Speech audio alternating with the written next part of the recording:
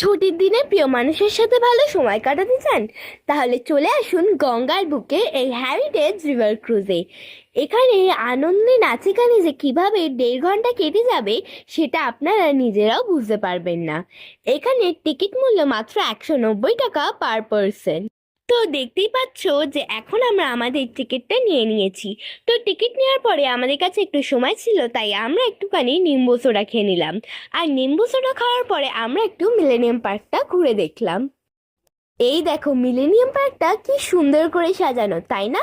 এই মিলেনিয়াম পার্কটা তোমাদের আর একদিন দেখাবো। এখন আপাতত আমাদের ক্রুজের টাইম হয়ে যাচ্ছে, তাই আমরা টিকিট দেখিয়ে যাচ্ছি এখন আমাদের ক্রুজের সামনে।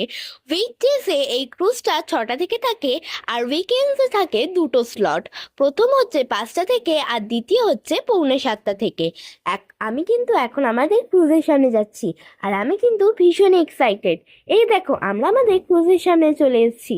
আর দেখো ক্রুজটাকে কি সুন্দর করে সাজানো, তাই না? আমি এটাকে দেখে জাস্ট অবাকই হয়ে যাচ্ছিলাম। তো এখন আমরা আমাদের ক্রুজের ভিতরে যাচ্ছি। ক্রুজের ভিতরে এসে আপনারা নিজেদের পছন্দের জায়গা চুজ করে নিতে পারেন। এই দেখো এখান থেকে ভিউটা কি সুন্দর দেখাচ্ছে, তাই না?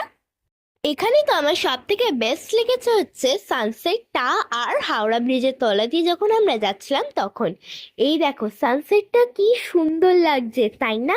আর এখন আমরা যাচ্ছি হাওড়া ব্রিজের তলা থেকে। হাওড়া ব্রিজের উপর থেকে তো আমরা অনেকবারই গেছি, কিন্তু নিচ থেকে আমি ফার্স্ট টাইম যাচ্ছি। আর এইটা কিন্তু আমার ফার্স্ট এক্সপিরিয়েন্স, তাই আমার কিন্তু খুবই ভালো লাগলো। এখানে এত সুন্দর ভিউ ছাড়াও রয়েছে সুন্দর সিঙ্গিং কনসার্ট। এই দেখো এইটা হলো প্রিন্সেপ ঘাট।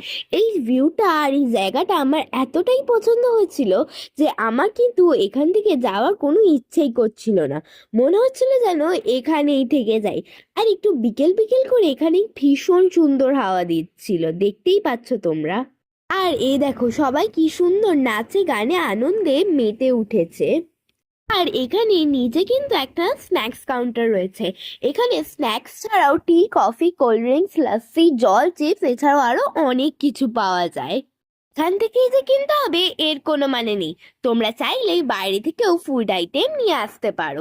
এখানে আমরা নিয়েছিলাম ফিশ চপ, আর এই ফিশ চপটা খেতে কিন্তু ভীষণই টেস্টি ছিল, সেটা তোমরা আমার রিয়াকশন দেখেই বুঝতে পারছো। আর লাস্টে আমি এখানে সে একটু নিচে নিলাম। আর এখন আমাদের বাড়ি যাওয়ার টাইম হয়ে যাচ্ছে। তো এরকম আরো ভিডিও পেতে হলে চ্যানেলটাকে ফলো করতে একদমই ভুলবে না। আজকের মতো এতটাই, বাই বাই।